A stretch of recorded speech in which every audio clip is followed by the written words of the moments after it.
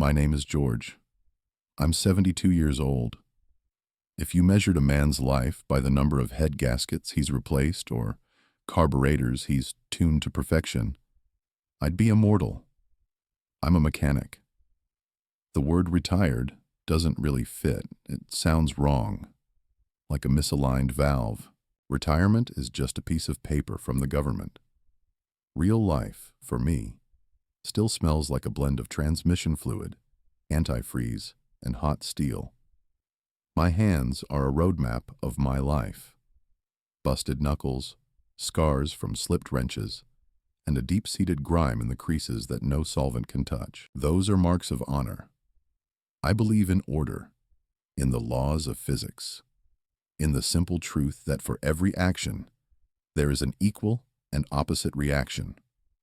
In my garage, where my old 1995 Ford F-150 purrs like a contented cat, everything has its place. And until recently, so did my soul. I was sure I'd passed that feeling on, that belief in hard work, in honesty, in responsibility. I thought I'd passed it to my only daughter, Sharon, and through her, to my only grandson, Leo. I see now that my certainty was built on sand. I was a blind man trying to diagnose a vacuum leak in a hurricane. And the storm, it finally hit. Leo's graduation day in Ohio was a deceptively perfect one. The sky was scrubbed clean, not a cloud in sight, just a piercing, endless blue. The sun beat down with a generous summer heat, making the air shimmer above the asphalt. It was the kind of day made for fake smiles and expensive gifts. My daughter Sharon and her husband Mark's house was buzzing like a disturbed hive. It was in one of those new, sterile subdivisions where a landscape architect had tortured every shrub into submission, and the houses all looked like they'd been popped from the same glossy magazine mold.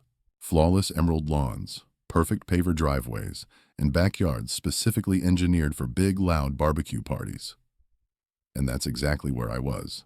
The air was thick and layered, like a poorly made cocktail. At the bottom, the heavy smell of grilling burgers and brats coming from a massive stainless steel gas grill that cost more than my first car.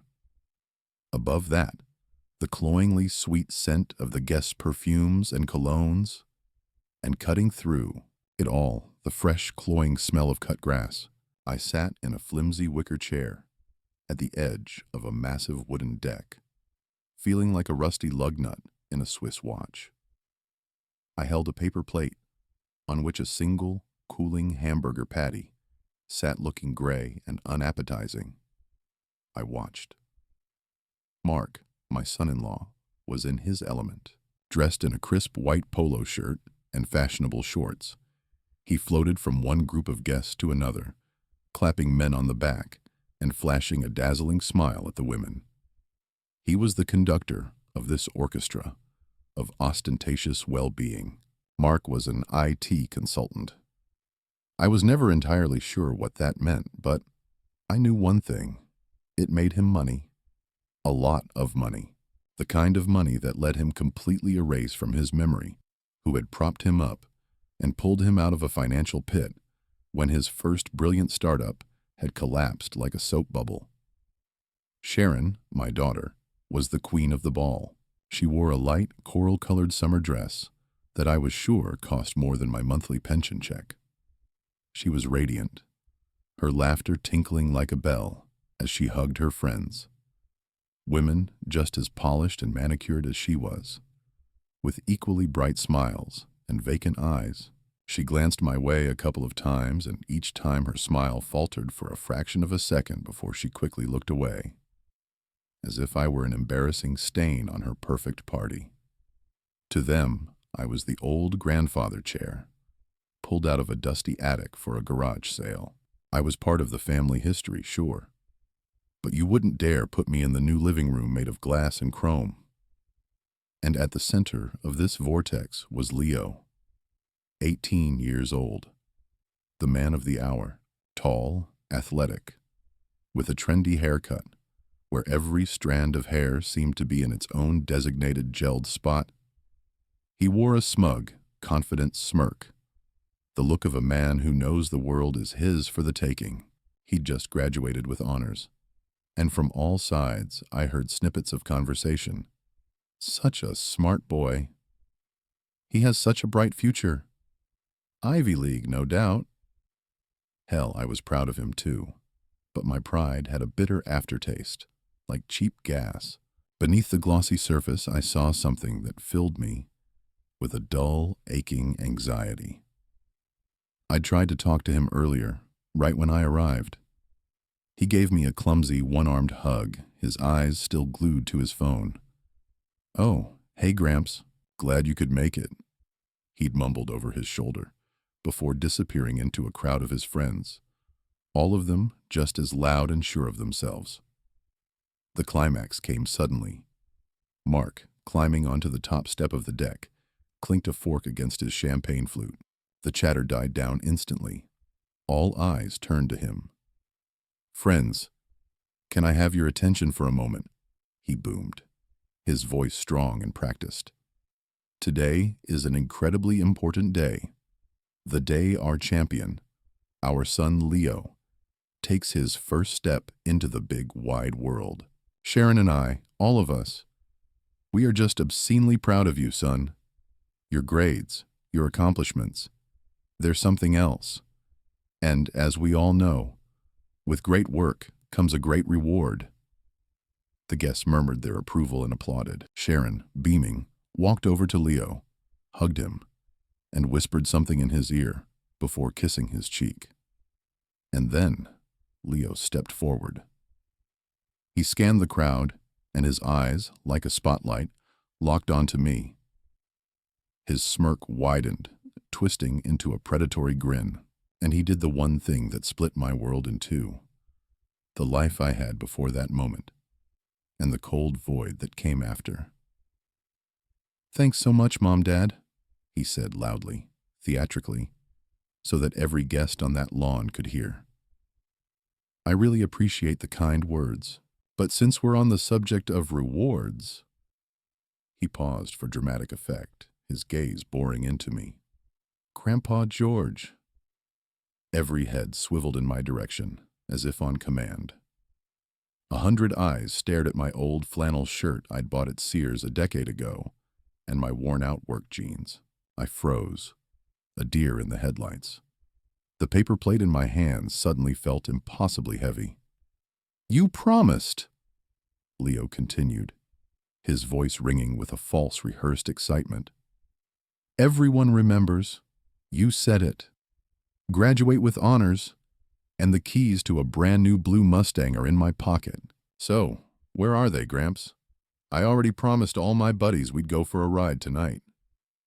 In the deafening silence, punctuated only by the sizzle of meat on the grill, I understood with perfect clarity.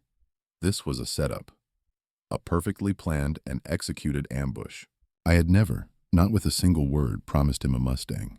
A few months back, when he'd brought up a car for graduation, I'd told him the same thing my own father had told me. "A good car, son, like a good reputation, is something you have to earn with your own two hands." In his world of instant gratification and entitlement, that phrase had apparently been translated into, "I will buy you a $40,000 sports car." I shifted my gaze to Sharon, to Mark. Their faces held the exact same expression, a mixture of smug satisfaction and impatient irritation. "Come on, Dad, don't ruin the show. Play your part. Get out the checkbook." They knew. They were in on it. They had used this family party, this crowd, to back me into a corner, to publicly pressure me into submission. They had turned me into a prop in their little play about the American dream, where the old mechanic was cast in the role of the eccentric but generous Santa Claus. The blood drained from my face. I felt an icy cold spread through my chest. This wasn't just a request. This was a public ultimatum. The price of my love, the price of my place in this family, had been clearly announced. one brand new Ford Mustang. I slowly, very slowly, lowered the plate onto the small table beside my chair. It made a dry, final sound. I wanted to say something, to explain, to object. But the words were stuck in my throat, a bitter, choking lump. I looked at my grandson's face, confident, arrogant, without a shadow of a doubt, and I didn't recognize him. I didn't see the blonde-haired boy I used to sit on my lap and teach the difference between a box wrench and an open-end wrench. I saw a stranger, the perfect product of his parents' upbringing, a person who was utterly convinced the world owed him everything. I stood up.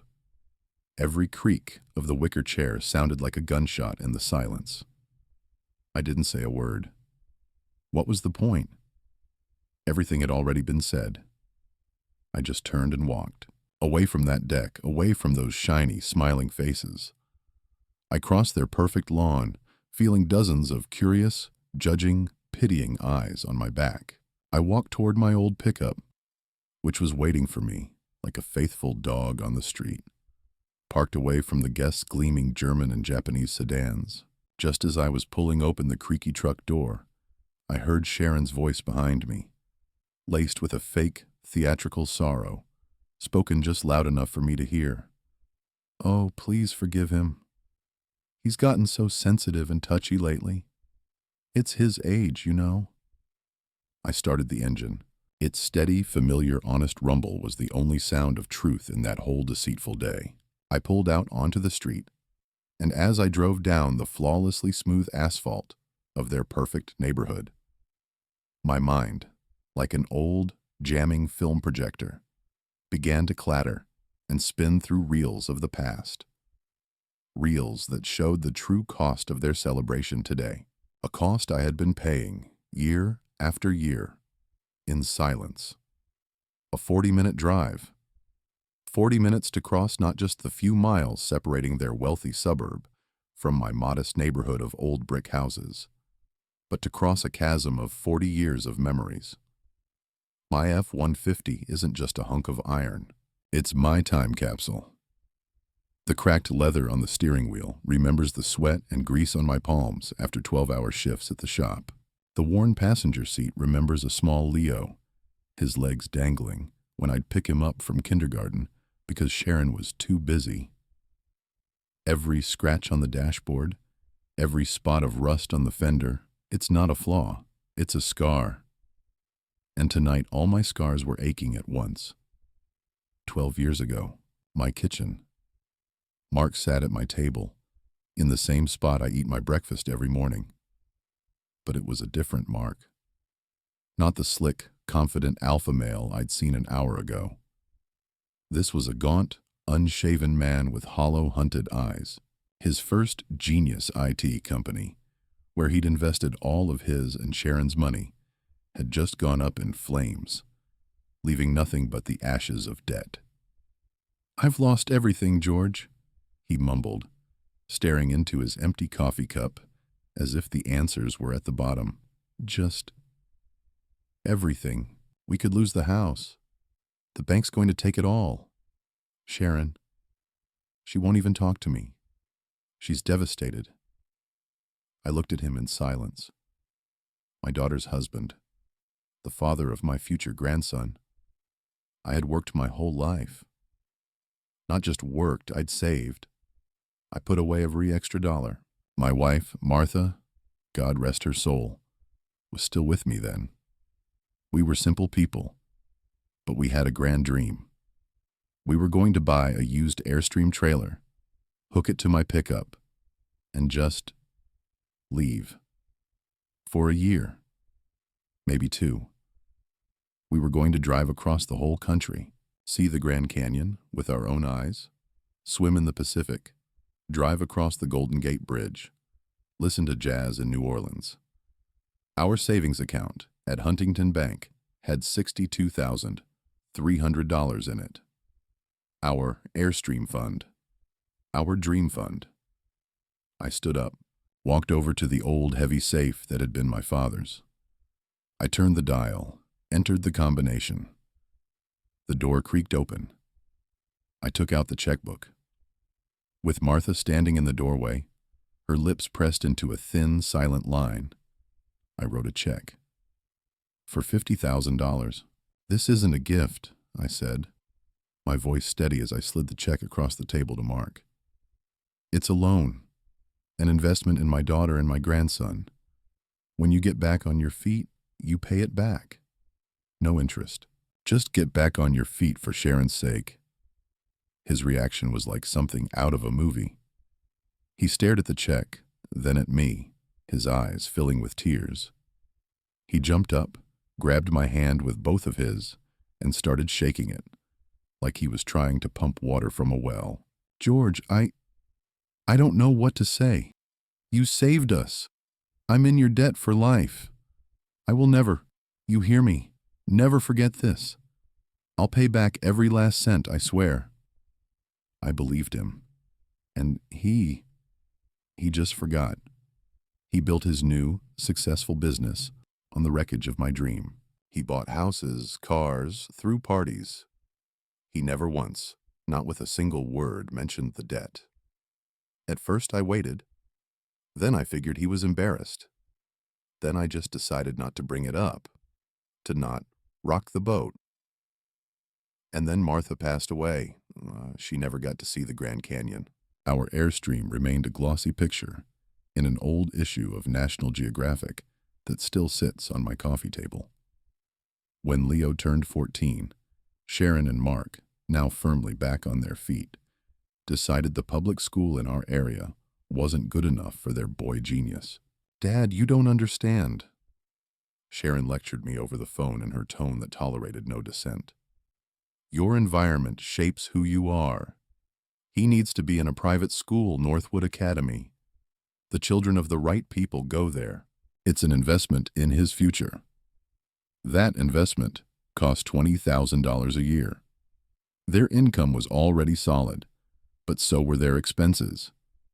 The new house, biannual vacations to the Bahamas, lease payments on 2 luxury cars. There was no room in the budget for the right environment for their son. Daddy, we just can't swing it right now. Her voice suddenly turned soft and wheedling. Maybe you could help out? Just for the first couple of years, until we get our finances sorted out. It's for Leo, for his future. At that time, in my garage, under a canvas cover, sat my pride and joy, my masterpiece. A Teasenkielen Caesar Hatzazet Vanyolsi Dodge Charger. I'd bought it for a song, a rusted-out, rotting shell with a seized-up engine. For 4 years. 4 years of nearly every evening after work and every weekend, I was in that garage. I rebuilt it, nut by bolt. I knew its every curve, its every quirk. It was a part of me. I'd painted it a deep, menacing black, polished the chrome until it shone like a mirror. And the first time I turned the key on the Hemi 426 engine I'd built myself, its roar vibrated the windows of my house. It wasn't just a car. It was my soul, cast in metal. I sold it. A collector from Illinois saw the pictures, drove down the next day. He walked around it, clicking his tongue, and offered me $45,000. Cash. I watched him haul it away on a flatbed, and I felt a piece of me being torn away. I gave Sharon a check for $40,000. I told her, I just decided to sell while the market was hot. Oh, Dad, you're a lifesaver. Thank you, she sang. Leo will be so thrilled. And that old clunker of yours? Well, honestly, it was just taking up space in the garage. You hardly ever drove it anyway. She didn't get it. She never even tried. All she saw was a price tag. I sold my masterpiece so her son could go to school with the right people. The same kind of people whose kids get new Mustangs for graduation. With my own 2 hands, I had paid for my ticket to the show where I was publicly humiliated today. When they decided to buy that very house with the perfect lawn 5 years ago, they were denied a mortgage. Their credit rating was still tarnished by Mark's old business failure and their habit of spending more than they earned. So, another phone call. Mark, this time. His voice was smooth and friendly. "George, buddy, how's it going? Listen, we've hit a little technical snag. Bank bureaucrats, you know how they are, always covering their asses. We need a cosigner to get the loan approved. Someone with a spotless credit history and property. Your name, George. Your name on the loan documents would solve everything. It's just a formality, you understand. We'd never, ever miss a payment." I understood perfectly. I understood I was putting my own house, a house I'd paid off in full 30 years ago, on the line. I was risking everything I had, but it was Sharon. It was Leo. My family. I drove to the bank and signed a mountain of paperwork. I became their cosigner. And since then, that formality had turned into another secret duty. Every year, around November, Sharon would call me and complain. "Dad, can you believe the property tax bill they sent us? The crooks at City Hall have lost their minds." A few days later, I'd find the envelope with the bill in my mailbox, and I'd go to the bank and quietly pay it. Thousands of dollars, every single year. They probably thought of it as my annual Christmas gift. They never asked. They never thanked me. They just accepted it, as their due. I parked my old pickup in front of my small, neat brick house. I cut the engine, and I sat for a long time in the ringing silence, staring at my hands on the wheel. The sun was setting, painting the sky in the colors of rust and old copper. I wasn't a father and a grandfather to them. I was a resource. I was the unseen foundation on which they built their beautiful, shiny house of cards. I was an ATM, an emergency service, a cosigner. I was everything except a person with his own feelings, his own pride, his own dreams. And when they needed something else, they didn't ask. They demanded. And when I dared to hesitate, they didn't flinch at grinding me into the dirt in front of the whole world. The pain in my chest was almost physical, sharp as a shard of glass. But underneath that pain, in the very depths of my being, something else was being forged. Not anger, not resentment. Number. It was something cold, hard, and crystal clear, like the flip of a switch on a circuit breaker, like the spark from a plug in a cylinder. The system was broken. All its parts were running wrong, grinding each other down, and I, the old mechanic, was the only one who knew how to do a complete overhaul. I thought the graduation party was rock bottom. Turns out, it was just the first step down into the deep, dark cellar of their souls. The next few days, I holed up in my sanctuary, the garage. This was my world, a world that made sense, a world that was honest. Here, a piece of metal, if you treated it right, became a reliable part. Here, everything obeyed the laws of physics, not the fickle and selfish whims of people. I stripped a lawnmower carburetor down to its last screw, even though it didn't need fixing. The methodical work, the familiar motions, the scent of oil and solvent. It all helped to quiet the roar in my head and still the shaking in my hands. My phone rang off the hook. I ignored it. At first, it was Sharon.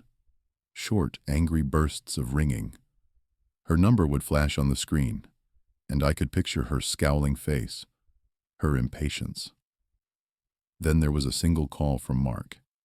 I let it go to voicemail. He didn't try again. They were, no doubt, sitting in their big house, waiting for me to cool off, come to my senses, and crawl back with my tail between my legs, apology and checkbook in hand. They were used to me always being the one to give in, to smooth things over, to place their comfort above my own dignity. On the third day, Wednesday evening, as I was finishing the carburetor reassembly, the phone rang again. Sharon. This time, I decided to answer. In the past few days, the cold clarity inside me had crystallized into something hard, like tempered steel. I was ready. Dad, finally. Her voice was strung as tight as a guitar string. There was no concern in it, only cold irritation. I hope you realize how terribly you behaved at the party. You put all of us, especially Leo, in an incredibly awkward position. He's still in shock over your behavior. In shock? I asked calmly, wiping the gleaming carburetor body with a clean rag. Seemed to me he was in his element, a real performer. Stop being sarcastic, Dad. What the hell is wrong with you? You've always supported us. Leo is your only grandson. All of his friends got cars from their families. He worked his butt off all these years to graduate with honors, and you humiliated him in front of everyone. He feels betrayed and worthless. I closed my eyes for a moment. Worked his butt off. She had no earthly idea what those words meant. I've worked my butt off my whole life, Sharon. Every single day. And I know the value of $1. But more importantly, I know the value of respect. It seems your son, who you've raised so diligently, doesn't have a clue about either one. A heavy silence fell on the line. I could hear her sharp, ragged breathing. Then her voice turned to an icy hiss. So that's how it is. You've decided to punish us, to wield your little bit of power, just because we live a better life than you, because we don't want to rot away in your musty little world, where the only joy is rebuilding some old, useless engine. You're just jealous of us. You're an old, bitter, lonely man, and you can't stand to see anyone else happy. She slammed the phone down. I slowly placed my own phone on the workbench. Lonely. The word stuck. But not in the way she intended. I didn't feel a shred of self-pity. I felt the cold steel inside me begin to glow red-hot. It was a pure, righteous anger. And the next day, they delivered the final blow, the one that became the point of no return. That evening, my old friend Jim called. We'd worked side by side at the auto shop for over 30 years, retired around the same time, and we talked a couple of times a week. George, hey, you on Facebook? He asked without any preamble. No, Jim, why would I be? I've got better things to do than look at other people's pictures, I grumbled. Well, maybe you should be. Because it looks like your family's decided to make you famous. His voice was laced with sympathy. My granddaughter just showed me something. I'm going to text you a screenshot. You might want to sit down for this, pal. A minute later, my phone buzzed. I opened the message, and the world around me went dark. It was a photograph, professionally filtered, making the colors look dramatic and moody. It showed Leo, sitting at a bleak-looking bus stop, a backpack on his lap. He was staring off into the distance with an expression of cosmic sorrow on his handsome face, an expression he must have practiced in the mirror. And underneath the picture was a caption, a long, self-pitying, lie-filled caption. Sometimes you do absolutely everything to make your family proud. You study all night, you sacrifice, you graduate at the top of your class, and in return, you get nothing but empty promises and a wall of icy silence. It's hard to accept that some people just can't be happy for your success, even when it's their own flesh and blood. Thanks to all my real friends for the incredible support during this difficult time. Looks like this will be my ride for the next few years, arrow pointing to the bus schedule. But it's okay, the strong ones endure. And the comments. My God, the comments were worse than the picture. Dozens of them. Hang in there, bro. Your grandpa's just from a different generation. They don't get it. Leo, that's so messed up. We're all here for you. One of Sharon's friends, a woman I vaguely remembered from the party, had written, "Don't take it to heart, sweetie. Sadly, some people don't get wiser with age, just more bitter and selfish. Your parents adore you, and that's what matters." And then I saw the one that burned away any last shred of family feeling I had left. A comment from my own daughter, Sharon, under her son's post, for the whole world to see. "It breaks my heart to see you this sad. Your father and I are always on your side, sweetie. Always." They weren't just ungrateful. They weren't just demanding. They had escalated things to a whole new level. They had staged a public performance for hundreds of people. They had slandered me. They had painted me as a jealous, cruel, crazy old man to justify their own greed and their son's insolence. They had used the most modern of tools to commit the most ancient of betrayals. I sat in the silence of my garage. The world had shrunk to the glowing rectangle of the phone in my hand. I no longer felt pain. I no longer felt anger. I felt only an absolute, deafening void, which was quickly filled by an ice-cold resolve. I was done. Done being the silent victim. Done being the invisible foundation. The foundation was about to shift, and if the house they'd built on lies and ingratitude came crashing down, burying them in the rubble, that would be their problem, not mine. I was no longer a victim. I was a mechanic again. And I had the most difficult job of my life ahead of me. A complete and final overhaul of my so-called family. I picked up my old oil-stained notebook, the one where I always mapped out my work plans. On a clean page, I started to write. Not a list of engine parts, a list of actions. Clear, measured, and absolutely, unavoidably, just. They wanted me to pay? Oh, I would pay. I would send them the bill, for everything. For every dollar I'd poured into their lives, for every dream I'd sold, for every drop of my dignity they had spilled. And this was a bill they were going to have to pay, in full. I spent 2 days preparing. This wasn't about revenge. Revenge is chaotic and emotional. This was an overhaul. And any good mechanic knows a major overhaul requires meticulous planning, precise calculations, and the right tools. My tools were the telephone, folders full of documents, and a resolve as hard as a cylinder block. I called an old buddy of mine, a retired lawyer, and consulted with him on a few legal points. I drove to the bank and got copies of several old agreements. I put my garage in perfect order, transforming it from a workshop into an operating room, or maybe a courtroom. On Friday morning, I called Sharon. My voice was level, businesslike, without a trace of emotion.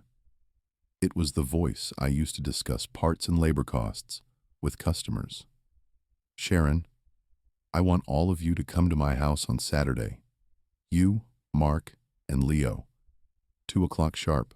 We need to talk." There was a moment of silence on the line. Then I heard a triumphant note in her voice. She thought I was surrendering. "Oh, so you finally come to your senses? You realize you were wrong? Are you ready to apologize to Leo? Just be here at 2, and don't be late." "It's in your best interest," I said, and hung up before she could reply. At 2:05 p.m. sharp, their gleaming silver Lexus pulled up to my curb. They got out of the car with the air of victors arriving to accept a surrender. Mark was his usual self, relaxed and condescending. Sharon carried herself like a queen visiting a poor relative's hovel. Leo trailed behind them, expensive headphones on, an expression of cosmic boredom on his face. He didn't even look at me. "Dad, if this is going to take long, we have plans for the evening." Sharon began at the door. "In the garage," I interrupted, not letting them into the house. We'll talk in there." They exchanged a look of bewilderment, but obediently trudged after me. I opened the heavy side door to the garage and let them in. Then I closed it behind them. The lock clicked shut. I flipped on the overhead lights. The harsh fluorescent glare snatched them out of the dimness, making their expensive clothes and manicured faces look out of place and alien in this kingdom of metal and grease. "Have a seat," I said, pointing to 3 simple folding chairs I had set up in the center of the garage. I remained standing, leaning against my massive workbench. This was my territory, my fortress. My rules were in effect here. They sat down warily, looking around as if they'd stumbled into a museum of forgotten technologies. "All right," I began, and my voice sounded unusually loud and firm in the quiet garage. "Let's not waste time. We'll start with the main issue. Leo, you want a car?" Leo lazily pulled off one headphone. Impatience was written all over his face. Yeah, I told you. A Mustang, blue, convertible, with the leather package and the premium sound system. I already built it on the Ford website." I nodded slowly, as if considering his words. Good choice. A fine machine. A car isn't just a way to get around, Leo. It's a symbol of status, of freedom. But above all, it's a symbol of responsibility. I took a few steps to the center of the garage, where a large, shapeless object sat on the floor, covered by an old canvas tarp. I grabbed the edge of the fabric and, with one sharp, practiced motion, ripped it off. Underneath was not a gleaming Mustang. It was a carcass. The rusted, battered, pathetic skeleton of a 1979 Ford Bronco. It had no doors, no hood. The windshield frame was empty and gaping, and where the mighty engine should have been, there was just a dark, empty hole, like a mouth opened in a silent scream. Leo stared at the wreck. His mouth fell open. The look of confusion on his face quickly curdled into contempt and anger. "Is this some kind of sick joke? Are you messing with me?" "This is not a joke," I replied, my voice perfectly calm. "This is your car. Or more accurately, this is the start of your car, your project." I walked back to the workbench and picked up a thick, heavy folder tied with string. I placed it on an oil drum next to Leo. In this folder, Leo, is the complete, detailed restoration plan for this vehicle. From sandblasting the frame and welding the rusted-out panels to a full teardown and overhaul of the original 351 V8 engine, which, by the way, is sitting under that other tarp in the corner. Here are the estimates and paid receipts for every single part you will need, all of which I have already ordered and paid for. Here are the service manuals. And this, I took a pair of new, stiff leather work gloves from the bench and placed them on top of the folder. This is your ignition key, your start. "I'm not doing this. This is insane," Leo shrieked, jumping up from his chair. "I'm not some redneck. I'm not going to wrench on this piece of junk." "Yes, you are." My voice grew quieter, but harder. "That is exactly what you will do. You wanted a car. You will earn it, with your own 2 hands, every nut you turn, every bolt you clean of rust. You will bring every square inch of this metal back to life yourself. I will be here, every evening. I will teach you everything I know. You will get a summer job. I don't care if it's mowing lawns or washing dishes. And your evenings and all of your weekends will be spent right here, in this garage. And when this truck starts with the turn of a key and can drive out of here under its own power, I will sign the title over to you. It will be yours. And you take my word for it. You will value it 1,000 times more than any store-bought Mustang, because it will have a piece of your soul, your sweat, and your blood in it." Sharon leaped to her feet as if she'd been stung. "How dare you? This is humiliating." My son is an honors graduate, not some grease monkey. He is not going to get his hands dirty with this filth. He is going to do exactly that, I said, turning to look her straight in the eye. Because it's time he learned what real work is.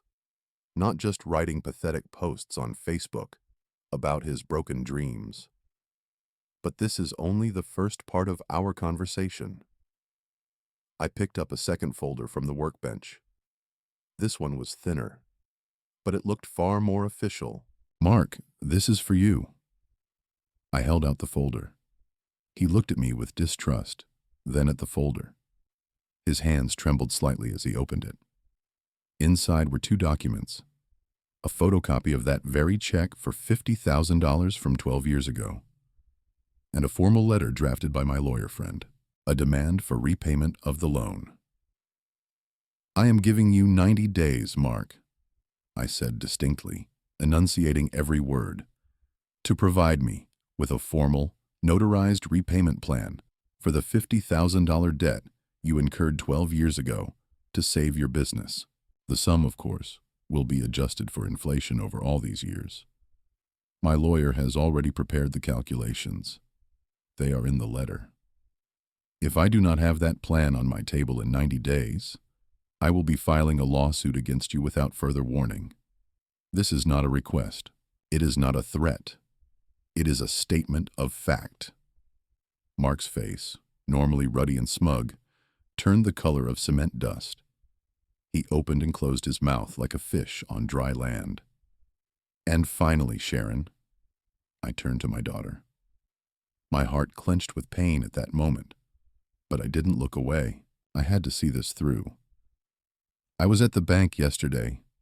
Tomorrow morning, I am signing the official paperwork to have my name removed as the co-signer on your mortgage. The bank will have no claim against me. My lawyer has verified everything. You, as the primary borrowers, will have 3 months to refinance your home loan. On your own. Based on your own income.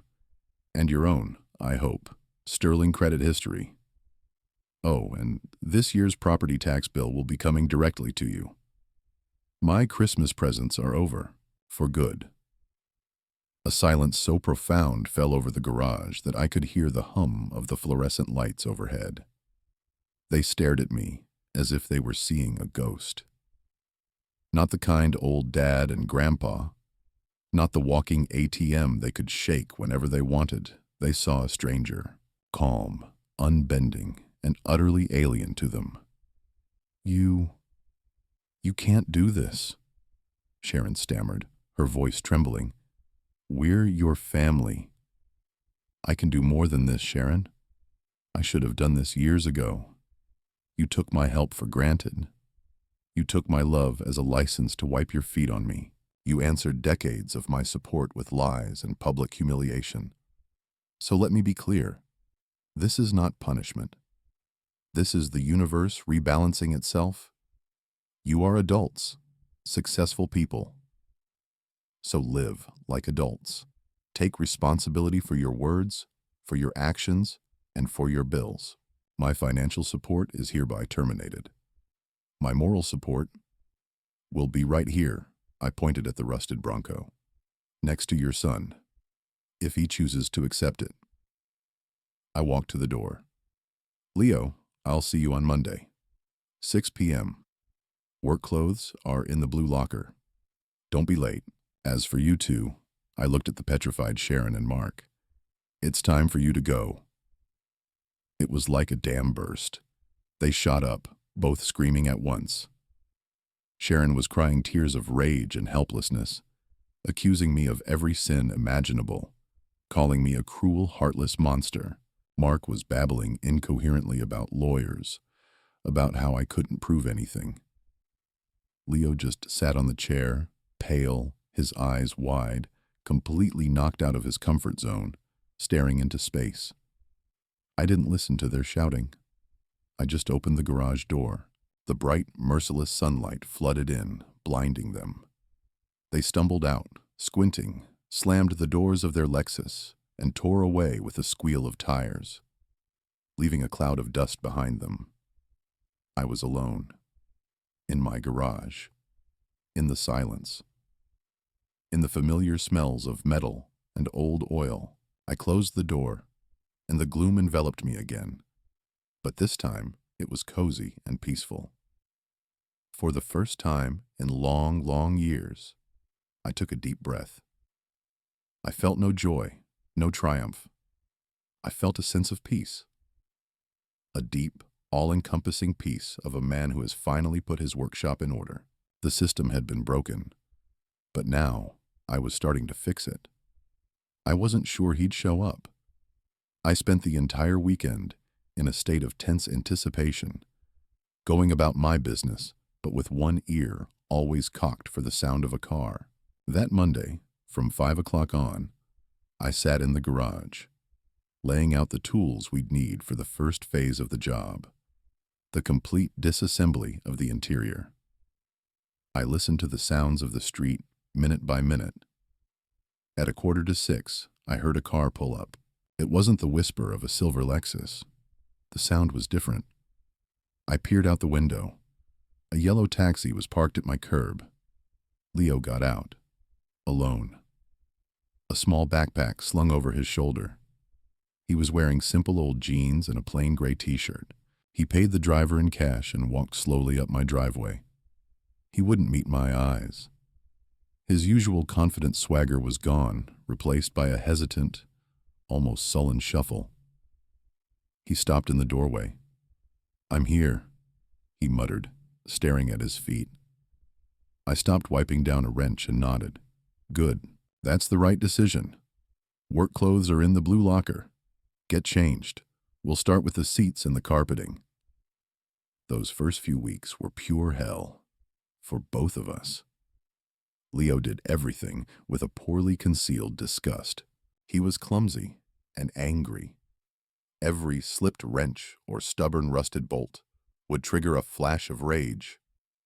His soft, manicured hands were quickly covered in grease and scratches. He complained constantly. "Why are we ripping out this old upholstery if we're just going to buy new stuff?" Because underneath it is the bare floor pan. We need to check every inch of it for rust. Any hole, no matter how small, has to be cleaned out and welded shut. Otherwise, a year after you get it painted, your new carpet will get soaked and rot. Do a job right once, Leo, or don't do it at all. He threw tantrums. A couple of times he threw his tools on the concrete floor with a clang and yelled that he hated me, hated this rusted-out piece of junk, and hated this whole idea. The first time, I thought he'd walk out and never come back. But I stayed silent. I just stood there and waited, letting him vent. When he finally fell silent, breathing heavily, I'd just say, "That's a half-inch wrench. Pick it up. Let's keep going." And he would, his jaw clenched. Pick it up and continue. His parents chose a different tactic. They declared a cold war on me. Mark made good on his threat. Their lawyers started calling me with vague threats. I calmly referred them to my old lawyer friend, who gleefully batted away their attacks, citing the documents I had signed and the laws of the state of Ohio. Sharon and Mark came face to face with the harsh reality I had shielded them from for so long. Without my financial cushion and my sterling reputation as a co-signer, their beautiful house of cards began to collapse. The bank, of course, denied their refinancing application. They had to put their dream house on the market in a hurry, selling it for a loss. Their gleaming Lexus was soon traded in for a used Honda Accord. I heard about it from Jim, who saw them at the grocery store. Their circle of successful friends melted away like spring snow. Sharon called me several times, at first with screams and threats, then with sobs and pleas to stop this circus and not destroy the family. I gave her the same answer every time, calmly and firmly. "This isn't a circus, Sharon. It's called life. And while you and I are talking, your son is in my garage learning how to survive in this life and how to build something, not just consume." As far as I'm concerned, that's how you build a family, not destroy it. And Leo was changing. I could see it. It didn't happen overnight. It was a slow, almost imperceptible process, like rust being etched away by acid. About a month into the hard, dirty work, when we had stripped the body down to bare metal and were prepping it for the sandblaster, he suddenly asked, without looking up from grinding a weld seam smooth, "Gramps, that charger, the one you sold for my school, was it as cool as the one in the Fast and the Furious?" I put down my grinder and looked at him. There was no idleness in his question, but something new. Interest. "Cooler," I answered honestly. "Because in the movies, stuntmen and prop guys build the cars. I built that one myself, from the ground up.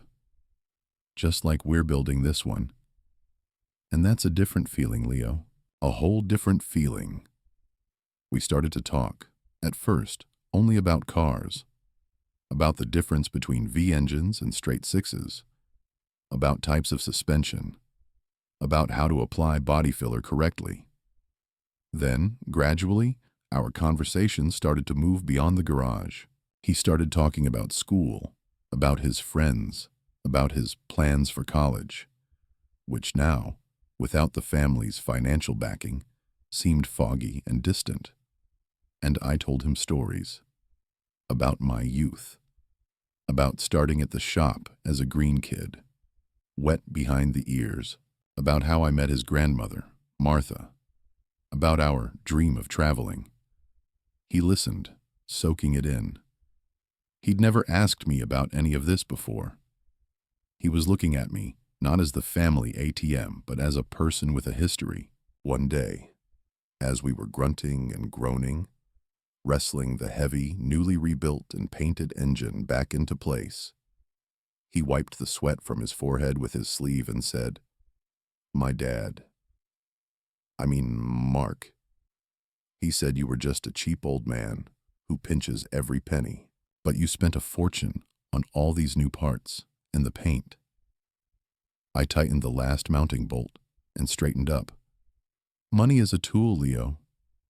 Just like that wrench in your hand. You can use it to build something or fix something. Or you can use it to hit someone or break something. It's not about the tool, it's how you use it. What matters isn't how much you spend, but what you spend it on. I am never willing to pay for arrogance and disrespect, but I am always willing to invest in character." By the end of the summer, our Bronco was unrecognizable. It stood in the middle of the garage, gleaming with a fresh coat of deep midnight blue paint that we had chosen together. The tuned engine rumbled with a steady, powerful bass. The interior was completely redone in new, tough brown leather. This wasn't some shiny, soulless toy from a showroom. This was a real, honest machine. It felt strong, reliable, and full of character. On the last evening of August, we were bolting on the license plates. Leo ran a hand over the smooth, cool fender. I looked at his hands. They were calloused. Under his fingernails was a permanent line of grease that, I knew from my own experience, would never fully wash out. He looked at the truck with a kind of pride and tenderness I had never seen on his face before. The way a new father looks at his firstborn son. I walked over to him and held out my hand. In my palm were the keys. Next to them was the officially signed and transferred title. "She's yours, son. You earned her. Every last piece." He slowly took the keys. His hands were trembling slightly. He looked up at me, and his eyes held not a trace of the old arrogance or contempt. There was something I had never seen there before. A deep, genuine respect, and I think, a shadow of remorse. "Thanks, Gramps," he said quietly, his voice cracking. "Thank you. For everything." He got behind the wheel and turned the key in the ignition. The powerful roar of the V8 filled the garage. and I smiled.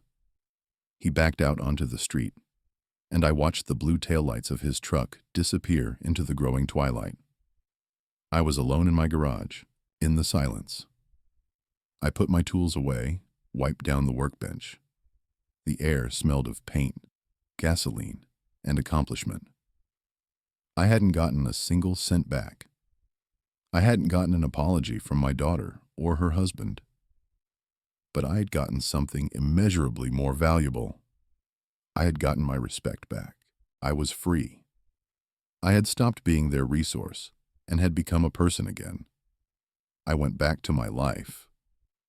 I started fixing old clocks that had been gathering dust in the basement. The work soothed me. On weekends, Jim and I started going fishing again. I even pulled out my old magazines and started looking up prices for used Airstream trailers online. The dream no longer felt dead and buried. About a week later, Sharon called. Her voice was different. Quiet, tired, stripped of its hysterical edge. "Dad? Leo came by our place yesterday, in his truck. He's so different. He spent the whole evening talking about carburetors, about how you rebuilt the transmission. He showed us his hands." She went quiet for a long moment. I could hear her take a shaky breath. "Dad, I'm so sorry for everything. Forgive me, if you can." "I'll come for dinner on Sunday," I said after a pause. "Make that apple pie of yours, the one from your mother's recipe." I hung up the phone. An internal victory isn't when your enemy lies defeated at your feet. It's when you find peace with yourself. My system had been overhauled, and it was running right again. I sat on my front porch, watching the sun set behind the old maple trees, and for the first time in a very long time, I smiled, without bitterness, without resentment. Just a smile for the new day ahead.